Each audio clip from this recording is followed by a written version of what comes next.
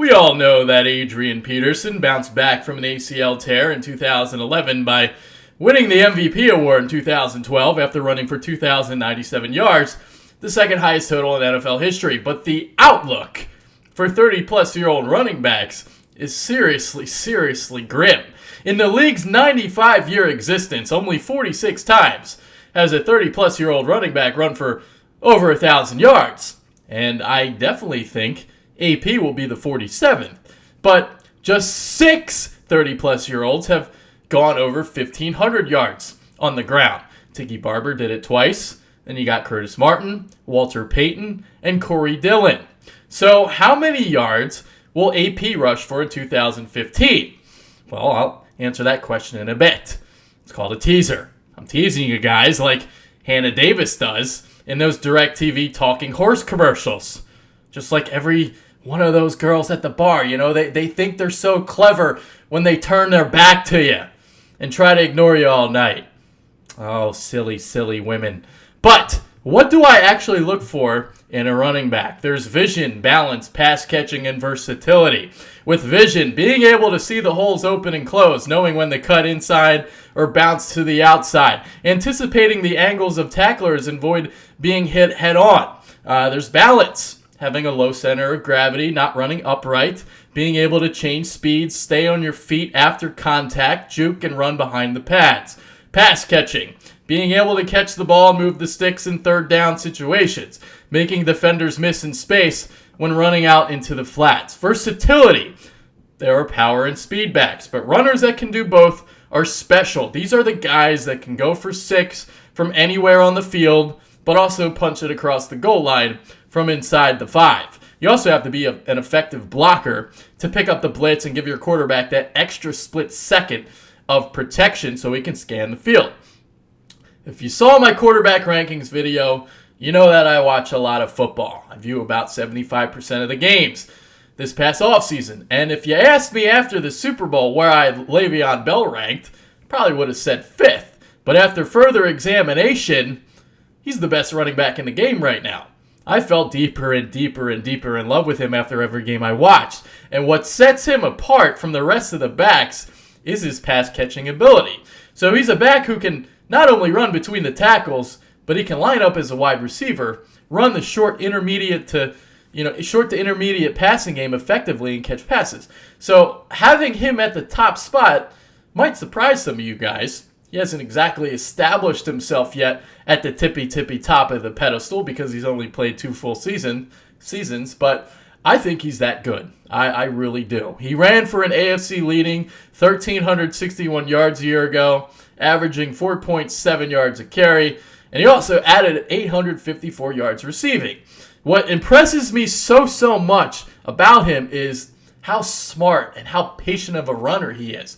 He really knows how to use his blockers. He runs downhill between the tackles and has excellent body control, which helps him swerve around would-be tacklers. Bell was second in the NFL with 59 broken tackles, ranking behind only Marshawn Lynch. And the only other back I can think of who is more, elusive in the open field than Bell is LeSean McCoy. Bell's vision and jump-cutting ability are extraordinary, and his running style reminds me a lot of Marcus Allen. He's almost like a slalom skier out there. And I believe he's lost over, 20 pounds since his college days at Michigan State. He will, however, miss the first 3 games of the season due to a DUI arrest, but the Steelers did sign D'Angelo Williams during the offseason to make up for the loss. I have LeSean McCoy at number 2, coming off a very frustrating season in Philadelphia where he was hindered by awful offensive line play the first half of the season. But then again, his line in Buffalo is going to be 10 times worse. Some in Philly even went as far to say that LeSean McCoy actually lost a step a year ago. I thought that was nonsense. Obviously, he had a career year in 2013, running for 1,607 yards, averaging 5.1 yards per tote. But that yards per carry dropped to 4.2 in 2014. According to Pro Football Focus, I can't stand this website. They ranked him 146 out of 148 running backs. Yikes. But again, this website, man, they ranked guys like Isaiah Crowell, Darren Reeves, Storm Johnson, Alfred Blue, and Toby Gerhart ahead of him. It's ridiculous, really. But PFF did rank him first among all running backs in 2013. So I guess all good is it's all good in the hood. All right, as talented as he is, he doesn't fit the one-cut style that Chip Kelly covets in a running back. He likes to dance around, go for that Barry-esque, Sanders-esque home run carry on every snap. But with that style of running, comes a lot of negative plays, and you can't have that in Chip's fast break offense. But with Buffalo's outstanding defense, that style might actually work out beautifully. Obviously, the Bills won't have to score as many points due to that and can afford more negative drive killer plays. McCoy is also going to be running for Greg Roman, who is the most creative offensive coordinator in terms of running the football. I think Shady's going to be fine in Buffalo as long as the line, is somewhat respectable. Peterson, I got him at number 3. Honestly, had no idea where to put him. He's been my number 1 back every single season following his rookie year, even after tearing his ACL in 2011. But there's just something about him being 30. As much of a physical freak as he is, 30 is always that age that Father Time seems to catch up to a running back. I don't think he'll get to 1,500 yards rushing, but I do believe he can get in between, 1,300 to 1,500, which should be top 5 in the league. Marshawn Lynch is number 4. Like I stated above, Lynch led the league in broken tackles, recording an incredible 88 of them. They call him beast mode for a reason. I even went back and watched his, that majestic touchdown run he had against the Arizona Cardinals. I counted 8 whiffs, so he just barrels through people. It's awesome to watch. He's run for at least 1,200 yards and 11 touchdowns in each of his past 4 seasons. And he also recorded a career-high 367 receiving yards in 2014. I've got Jamaal Charles at number 5. At 29, he's still very speedy and dangerous in the open field. He changes direction on a dime, very dynamic, catching passes out of the backfield. He's averaged at least 5 yards per carry in each of his last 7 seasons in the league. The bowling ball, Eddie Lacy checks in at number 6. He was tied for 3rd in the NFL with 51 missed tackles last season, and, he's almost a forgotten entity in Green Bay due to Aaron Rodgers and that Packers passing game. Not only is Lacy one of the stronger backs in the game, he's very agile for a man his size. Also solid catching the ball out of the backfield, an exceptional blocker. The only back who I think is better in pass protection is probably Jacquizz Rodgers. DeMarco Murray is number 7. He's another guy I had a lot of trouble ranking.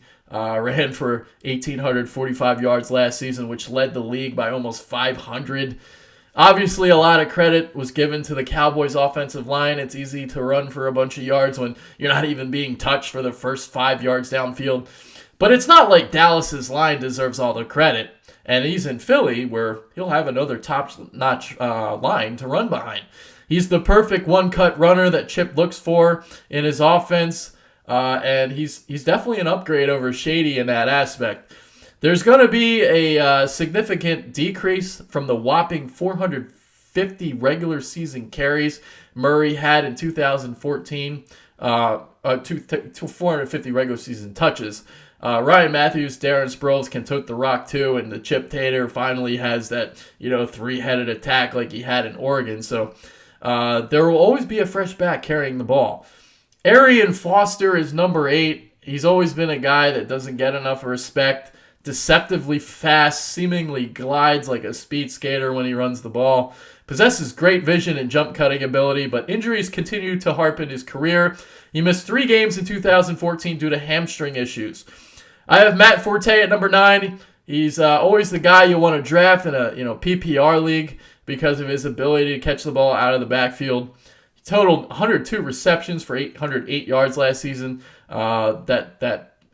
Reception total set an NFL record. Running the ball, however, he averaged just 3.9 yards per carry, his lowest since 2009. Jeremy Hill is number 10. This might surprise some people, I'm not really sure, but he really came on the second half of the year, running for 929 yards and 6 scores over the final 9 contests. You can make the argument that he carried the team back into the playoffs. I mean, he has great vision, quick feet for a man his size at about 235 pounds. His 2.29 yards after contact average was 4th in the league. He and Gio Bernard, the 18th ranked running back on my list, are by far the most underrated 1-2 punch in the NFL, and both are less than 24 years old. I have rookies Todd Gurley and Melvin Gordon at number 11 and 12 respectively, and I can't wait to see these rookies in action this season. I haven't been this excited about a pair of first-year backs in a while. With the continued emphasis in the passing game, not a single running back was selected in the first round of the prior 2 NFL drafts. Gurley went 8th to Atlanta, and Gordon 8th to St. Louis. Gordon 19th to San Diego. Gurley, when healthy, reminds me of Adrian Peterson, while Gordon has that jump-cutting ability of, Charles in the open field. I have Lamar Miller at number 13, C.J. Anderson at 14, Alfred Morris at 15. I was very impressed by Miller's production in 2014 following the injury to Marshawn Moreno. And having to run behind a so-so offensive line, he relies on his speed and one-cut ability to get through the hole. Anderson went from being buried on the depth chart in week 1 of last season to being the clear-cut number 1 guy by season's end. He led the NFL in scrimmage yards in November. At just 5'8", he uses that low center of gravity to burst through contact. He has good vision, leans forward to finish off his runs and pick up extra yardage. He has natural hands as a pass catcher, solid in pass protection as well. He might be the most underrated back in the league right now, besides maybe, I think Jeremy Hill. Mark Ingram is 16th.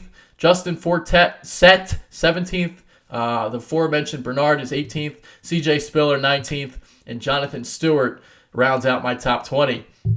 Ingram is the guy that burst onto the scene in that wildcard playoff victory against the Eagles in 2013. Carried that momentum into last season.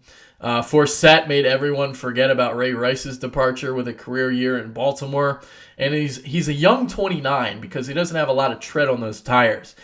Spiller is the most disappointing back in my rankings. I thought his breakout 2012 campaign was a sign of things to come, but he's been nothing but a disappointment. I've also heard the myth that, Spiller is made of glass and injury prone, but before last season, the 27-year-old had missed just 3 games in his career.